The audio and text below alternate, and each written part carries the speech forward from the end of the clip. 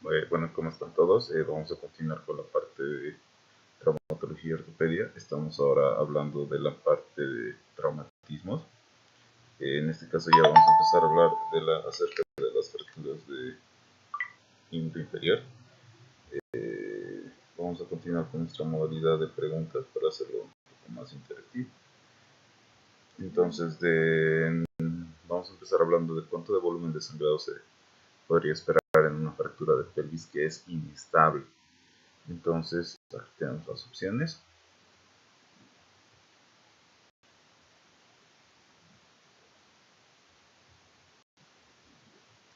Entonces, ya hablando de la pelvis, tenemos que considerar que está formada por los huesos ilíacos y el sacro. Entonces, cuando tenemos una fractura estable, generalmente consideramos que no se interrumpe la continuidad del anillo pélvico. Y en cuanto a fracturas inestables, tenemos una interrupción del anillo pélvico. Lo más importante de esto es que puede tener una disrupción a nivel de la parte posterior, que es la más fuerte. Recordamos que en la parte de la articulación sacroiliaca tenemos ligamentos que son bastante fuertes. Entonces, al tener una lesión a este nivel, ya consideramos que hay una inestabilidad bastante importante. En cuanto a las fracturas de ramas isquioiliopúbicas, que son de la parte del anillo pélvico anterior, generalmente las encontramos en ancianos que tienen una caída con contusión de la hemipelvis. Son fracturas que son estables, en su mayoría se tratan con un manejo conservador, ¿no? Y no nos dan tanta repercusión hemodinámica en el paciente. ¿Qué es la parte más importante? Si nosotros consideramos la configuración del anillo pélvico, tenemos que recordar que por delante del sacro nosotros tenemos un plexo venoso presacro. Entonces, este plexo es el que tiende a sangrar en este tipo de lesiones, ¿no? Hay una disrupción de la parte posterior y tenemos prácticamente una lesión de todos los vasos que están por acá atrás. Entonces, prácticamente el sangrado que tiene es un sangrado retroperitoneal que al ser un hueco, una cavidad, puede llenarse de sangre, ¿no? Incluso pudiendo llegar a sangrar de 2.000 a 3.000 cc de sangre. Entonces, en estos casos nosotros necesitamos estabilizar esta cadera. Puede ser en primera instancia si el paciente está con un compromiso vital importante, podemos poner fijadores externos para poder estabilizar esto. Y otra opción también, si es que pese a eso no se para el sangrado, podemos hacer un packing, ¿no? Empaquetar todas esas partes, se hacen un abordaje para el hueco pélvico, colocando compresas a ese nivel, no cosa que sea compresión y podamos parar el sangrado. Y estas compresas las retiramos después de 48 horas. Entonces el volumen de sangrado que esperamos en una fractura de pelvis inestable es de 2.000 a 3.000 mililitros o centímetros cúbicos. De la misma forma, en una fractura de diáfisis de fémur encontramos un sangrado aproximado de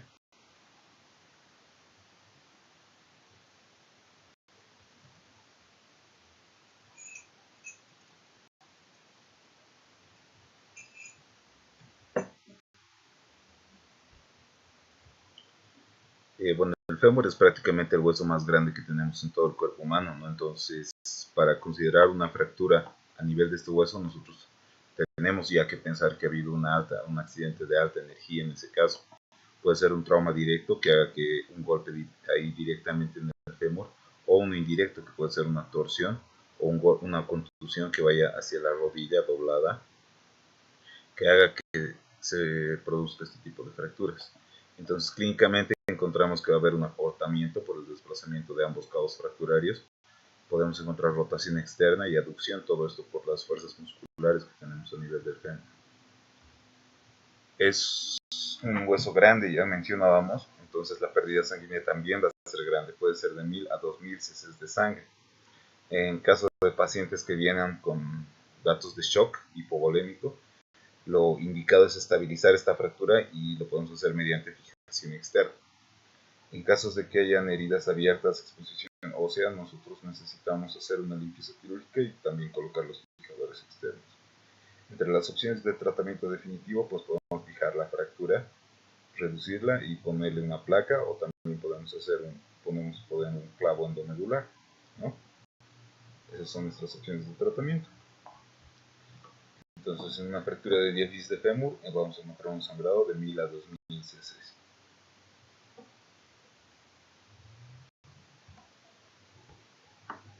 A nivel del fémur distal, por lo general, el tratamiento debe ser quirúrgico por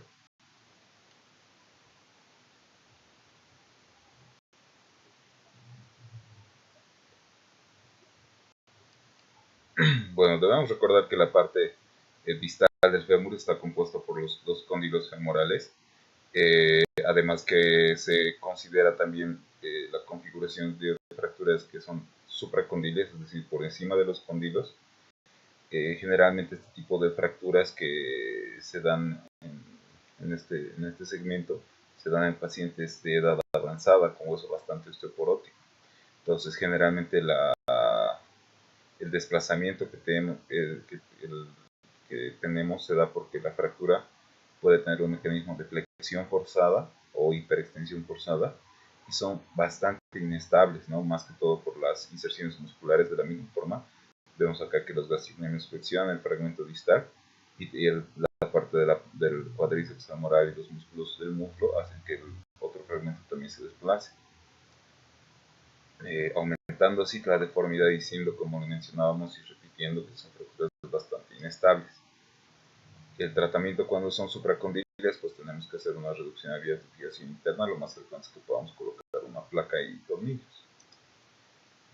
Como mencionábamos, también se compone de los cóndilos femorales, ¿no? Tanto el medial y el lateral, que también pueden tener compromiso en este tipo de fracturas. Van a tener también una gran inestabilidad por las inserciones musculares, y el tratamiento en estos casos es también quirúrgico, porque recordamos que es una articulación y todas las carillas articulares siempre tienen que reducirse de la mejor forma posible y estabilizarse. Así evitamos llegar a una artrosis precoz. Entonces necesitamos restituir la articulación prácticamente. Y el tratamiento, como mencionábamos anteriormente, lo más frecuente es poder usar tornillos y placas, ¿no? Entonces la respuesta ya la vimos aquí. Las fracturas de fémur distal se dan de tratamiento quirúrgico porque tienen un compromiso articular, porque tienen gran inestabilidad y tienen un desplazamiento que es bastante importante. Entonces la respuesta de este caso sería todos. Las fracturas de rótula tienen como complicación principal tardía a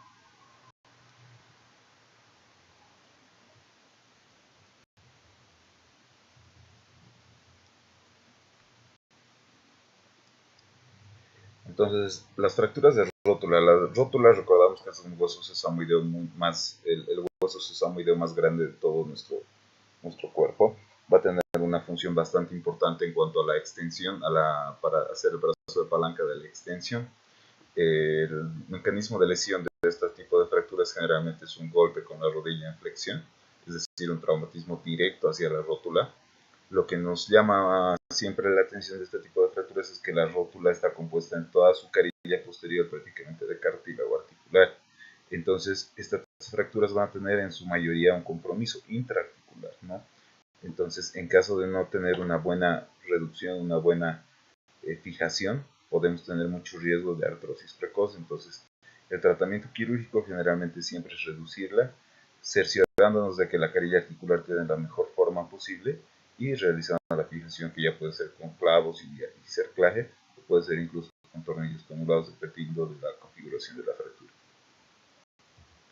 Entonces, como complicación principal, las fracturas de rótula tienen mucho riesgo de hacer una artrosis femoropatelar.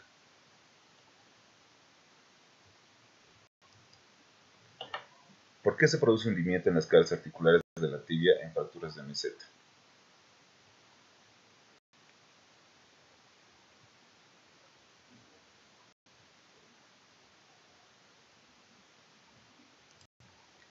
Bueno, las fracturas de la meseta tibial, bueno, recordamos que toda la parte proximal de la tibia, toda su metáfisis proximal, está compuesta más que todo de tejido esponjoso, ¿no? Entonces podemos tener fracturas tanto de meseta tibial lateral como medial, y también podemos tenerlas combinadas. Entonces, según el mecanismo de lesión, en las laterales generalmente se da por un valgo forzado, en las mediales se da por un varo forzado, ¿no? Son generalmente fracturas de alta energía y ambas pueden acompañarse con compresión axial, es decir, que puede aplastarse, por decir así, las carillas articulares en este caso, ¿no? Entonces es una metáfisis de tejido esponjoso, que el tejido esponjoso tiene ese riesgo de poder sufrir aplastamientos, ¿no? Tiene menor resistencia a esas fuerzas que el tejido cortical. Entonces aquí vemos el gráfico, que es bastante explicativo. Vemos que puede haber un varo o valgo forzado más la compresión axial, es decir, el aplastamiento que podemos tener. Y miren lo que pasa, ¿no? Hay una compresión axial fuerte acompañada de un valgo que hace que la meseta pueda hundirse, ¿no? Además puede acompañarse de flexión-extensión y puede ser incluso por un traumatismo directo. Entonces, cuando tenemos baja energía, generalmente encontramos un hundimiento y un compromiso unilateral, pero en casos de alta energía ya tenemos pues más condición, podemos tener compromiso de ambos cóndilos, y fuera de eso también tenemos que considerar mucho en esta parte la condición de las partes blandas, ¿no? El tejido subcutáneo, la piel, la parte de las inserciones musculares, entre otras, que igual van a ser decisivas para definir el tratamiento, ¿no? Fuera de eso, también tenemos que considerar que por detrás pasa la arteria hipoglítea, también pasa el nervio peroneo, que pueden también lesionarse, ¿no? Entonces tenemos que también tomar muy en cuenta eso en el examen clínico. ¿Cuál es el tratamiento en este tipo de casos? Como ya mencionábamos anteriormente, siempre en las fracturas que son articulares, que comprometen las carillas articulares, tenemos que hacer una reducción abierta, dejarla en la mejor posición y fijarla, ¿no? Que en algunos casos puede ser con placa y tornillos. Y en caso de no tener una buena condición de las partes blandas, podemos hacer procedimientos menos invasivos, ¿no? Como en este caso que le han colocado fijadores externos y sobre todo miedo de compresión ahí. Entonces, ¿por qué se produce hundimiento en las caras articulares de la tibia? En las fracturas de meseta, prácticamente por la compresión y por lo que tenemos presencia de tejido esponjoso. ¿Qué mecanismo de lesión consideramos en las fracturas esquiroideas de la tibia?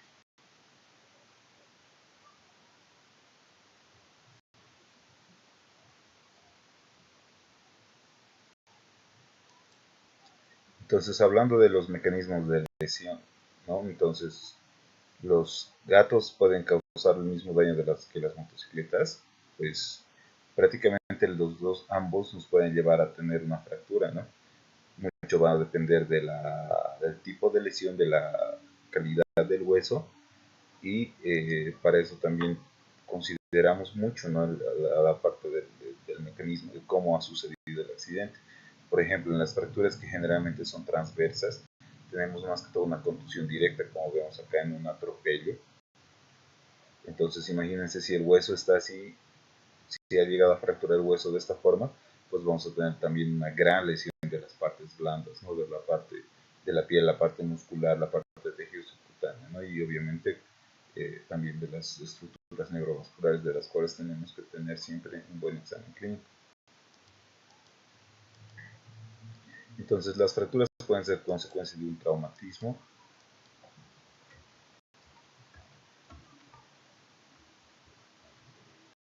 pueden ser por fatiga o estrés. Esto generalmente se da en pacientes que son atletas, que están sometidos a cargas cíclicas, ¿no? Constantes. Y podemos tener fracturas patológicas que se dan por traumas de bajo nivel y en huesos que tienen ya una alteración en su estructura ósea, ¿no? Como pacientes con osteogénesis imperfecta, una osteoporosis importante, o incluso en pacientes que tienen neoplasias, ¿no? A veces encontramos tumores recién cuando el paciente llega a fracturarse por una trauma de baja energía, ¿no? En su mayoría es bastante frecuente también encontrar metástasis que prácticamente se identifican cuando el paciente llega ya fracturado. Entonces, en cuanto a las fracturas de tibia y peroné, podemos tener traumatismos directos e indirectos, ¿no? El directo ya decíamos que generalmente el trazo puede ser transverso, puede ser también un oblicuo corto. Por otra parte, los traumatismos indirectos nos van a dar un mecanismo de torsión que nos van a dar el tipo de las fracturas espiroideas. Tenemos también fracturas por estrés, como decíamos, que generalmente son a nivel de las metáfisis. Y el tratamiento definitivo en estos casos hay que, dependiendo del segmento y la configuración de la fractura, pues va a ser el uso de placas y tornillos o un clavo endomedular. En caso de que no haya un desplazamiento, podemos considerar un tratamiento conservador con yeso, ¿no? Uno de los mayores riesgos que tienen las fracturas de tibia, como sabemos, es el síndrome compartimental, ya que prácticamente no tienen tienen compartimientos separados por fascias que no van a dejar que haya una distensión, digamos, de todo el tejido que esté inflamado. Y entre otras complicaciones también tenemos la pseudoartrosis, las consolidaciones viciosas, la necrosis de la piel por el mismo traumatismo que tiene, las lesiones vasculares que pueden acompañarse, que nos pueden llevar a una isquemia de del miembro, de la parte más distal del miembro, y obviamente el síndrome compartimental, como ya mencionábamos. Entonces, ¿qué mecanismo de lesión consideramos en fracturas espiroideas? Decimos que se dan por un mecanismo de torsión.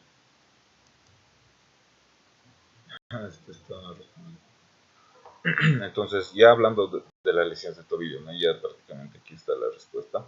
Entonces, decimos que el punto de referencia para clasificar las lesiones de tobillo es la sindesmosis tibio-peronea.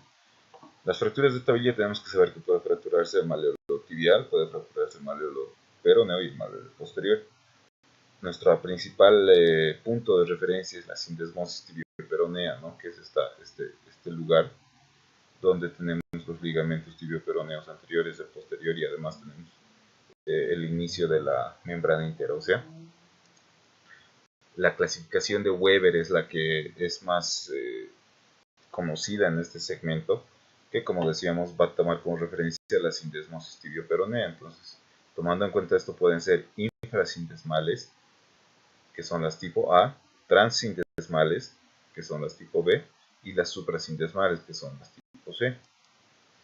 El tratamiento en este caso, en la mayoría, si encontramos una fractura que está desplazada, tenemos que considerar la reducción abierta y fijación interna. Tenemos estas opciones que son la placa con tornillos, podemos también usar un cerclaje con clavos y tornillos de compresión también, para que quede lo mejor posible la articulación del tobillo, ¿no? La mortaja tibio-peronea tiene que quedar lo más anatómica, lo más normal posible. En caso de que no haya desplazamiento, podemos considerar un tratamiento con yeso, ¿no? Una de las fracturas que es más conocida también es la fractura de Maisonneuve, que como ustedes pueden observar en el dibujo, la fractura de Maisonneuve se caracteriza por una fractura de la parte proximal del peroné y una fractura del malleolo tibial, ¿no? Que puede también tener una lesión del ligamento deltoideo. Entonces la energía se transmite a través de esta parte, entra por la parte tibial hacia la membrana hacia la membrana interósea y sale, digamos, por la parte proximal del peroné, ¿no? Entonces, en este caso, el tratamiento es quirúrgico. Tenemos que reducir la fractura de la tibia, fuera de que la parte proximal del peroné generalmente no se opera, pero tenemos que dejarla sin desmosis, ¿no? Eso es lo que nos interesa, para que pueda haber una buena cicatrización de toda la parte de la membrana. Tenemos que tratar de reducir la sindesmosis tibio-peronea y fijarla ahí con unos tornillos. Otro tipo de fractura es la fractura de Dupuytren, que se caracteriza de la misma forma por una fractura de malleolo tibial, una lesión de la sindesmosis y una fractura suprasindesmal, ¿no? Esto se caracteriza más que todo porque tiene una luxación lateral del tobillo. Entonces, de la misma forma, es un tratamiento que debemos hacerlo quirúrgico, ¿no? Entonces, el punto de referencia para las lesiones de tobillo es la sindesmosis tibio-peronea. Espero que haya sido de su agrado esta clase y bueno, vamos a seguir viendo más acerca de la especialidad de traumatología y ortopedia. Muchas gracias.